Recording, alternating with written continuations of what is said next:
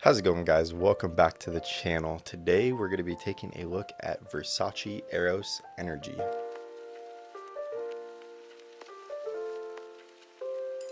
So Versace Eros Energy, this is one that came out at the end of 2024, like I guess more fall time 2024, which was a very strange time to put out this fragrance because this is definitely a spring summertime scent in my opinion. This stuff has a lot of citrus in it, like I mean a lot. Just to give you guys an example, this one has lemon, lime, grapefruit, blood orange, bergamot, and mandarin orange in it. So I mean the opening on this stuff is just incredibly citrusy.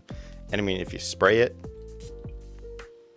yeah, it smells like, some would say cleaner. To me, it doesn't really come off like a lemony cleaner kind of pledge way, but it's really pleasant. I really enjoy all the citrus. I love citrus myself, so this one is a very pleasant opening for me. Towards the middle, we have white amber, pink pepper, and black currant. And the amber does add a little bit of warmness as it dries down. Then you have musk, oak moss, and patchouli, which is definitely like the part of that really ties it into being an Eros fragrance, is that patchouli in the dry down. So let's talk a little bit about presentation. It's that Eros bottle with the Medusa on the front, that kind of design around the borders and on the back. This one has a bronze kind of cap similar to the cap on Eros Najim. The sides are just plain glass, and then on the bottom you have your batch code and some product information. Let's go ahead and test the atomizer on this and see how it is. Yeah, it's an Eros atomizer. They're pretty good. Now what we're all here for, let's give her a smell.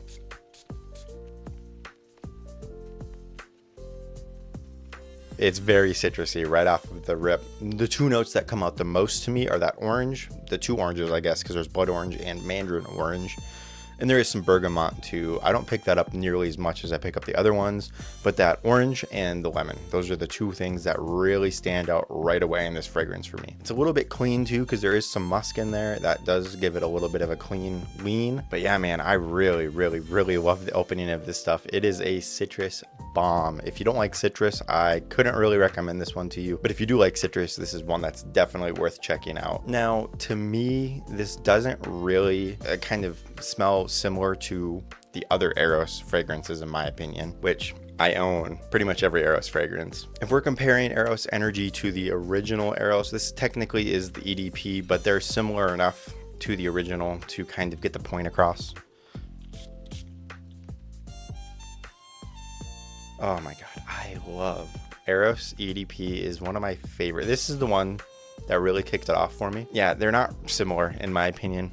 Maybe, you know, once they hit the dry down and that patchouli starts to come out a little bit more in both of them, then you could start to draw some similarities to each other. But if you're looking for a more lemony version of Eros Energy just is not that. It's kind of its own thing. Now back to the task at hand here. Eros Energy does draw a lot of comparisons to one very popular fragrance, which would be Creed's Aventus. This one I've owned. It's one of my first fragrances I picked up. I got a test of this. I did Creed's kind of sample pack thing where it came with 5 of their best sellers for men, and I fell in love.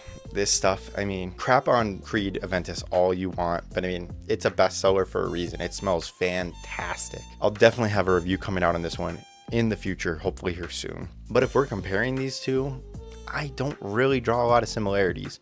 I have heard some people say it leans closer to Aventus Cologne, which I haven't smelled personally, so I can't give you a perfect comparison to Eros Energy. But in my opinion, if we're talking about these side by side, yes, they share similarities.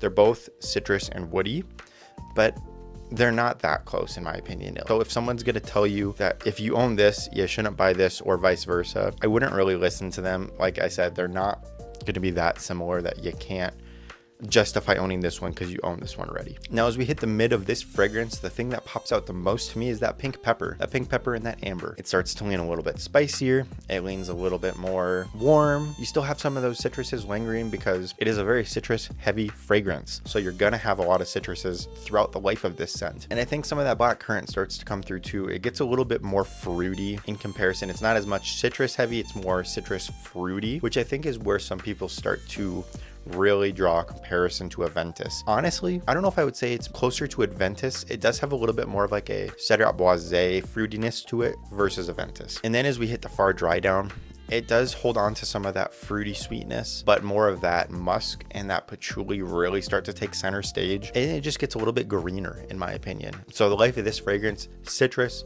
fruity citrus, green fresh. That's kind of the path that this one follows in my opinion. Now it has to be mentioned, if we're talking about the longevity of this fragrance, it is very citrus forward, so you're probably not going to get as great performance if we're comparing it to the OG Versace Eros and some other things, because it is so citrus forward. A lot of those top notes tend to evaporate quick, and so you're not going to project as well after the initial opening, and it's just not going to last as long as some of those other heavy hitters out there. So I'd say as long as you're okay with re-upping throughout the day to get that really nice, pleasant, citrusy opening, then I'd say it's a perfect fragrance. Like, you just have to keep in mind that it's not going to last as long as something, you know, like Versace Eros. This is actually going to be my fragrance of the day today because I am going out in the heat. So I'm going to go ahead and spray a little bit of this on right now.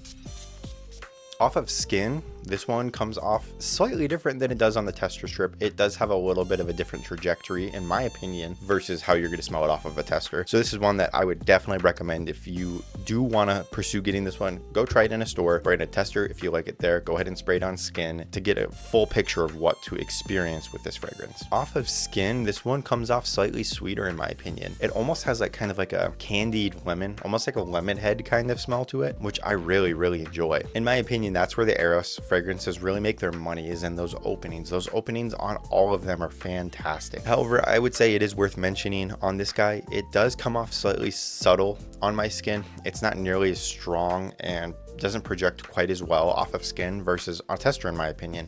So I would say this is one that if you're going out and it's going to be really warm, maybe you don't need to apply it very heavily, but in the springtime, when it is starting to warm up but it's not quite super warm out, I would say you might want to go a little bit heavier with this one to get some better projection if that's what you're looking for. So overall with Versace Eros Energy, this one I'd probably have to give an 8 out of 10. I really enjoy how it smells. Again, I don't think it smells too similar to Creative Ventus to really say if you own one you shouldn't own the other. I think they both do their own thing in different ways. They're similar but not exact carbon copies that you can't justify owning both of them. So yeah, an 8 out of 10 for me. This stuff, it's fresh, it's citrusy, it's slightly spicy, it's really nice. Honestly, if we're comparing it to any Eros, this one leans closest in my opinion to Eros Flame, which I know might sound weird because this is way more citrusy than Eros Flame, but realistically this one has a nice blood orange in the opening. Obviously Eros Energy does too, and they're both spicy. This one is obviously way spicier than Eros Energy, but during that mid and the dry down you really get a good amount of spiciness that comes across in Eros Energy. So in my opinion, that's kind of the closest comparison. So if you're really trying to draw a case to why you shouldn't buy multiple Eroses, I would say if you own this one, it could be slightly redundant to own Energy, but in my opinion, not really. They're both, again, doing their different things. So I think it is safe to own both of them, especially if you are a collector of the Eros fragrances like I am myself. Alrighty guys, that's gonna go ahead and do it for this video. If you liked it, please comment, like, subscribe, the whole 9 yards. Leave a comment down below. Have you tried Eros Energy? Are you looking to pick up Eros Energy? Let me know. Anyway guys, that's gonna do it for the video. I will see y'all in the next video.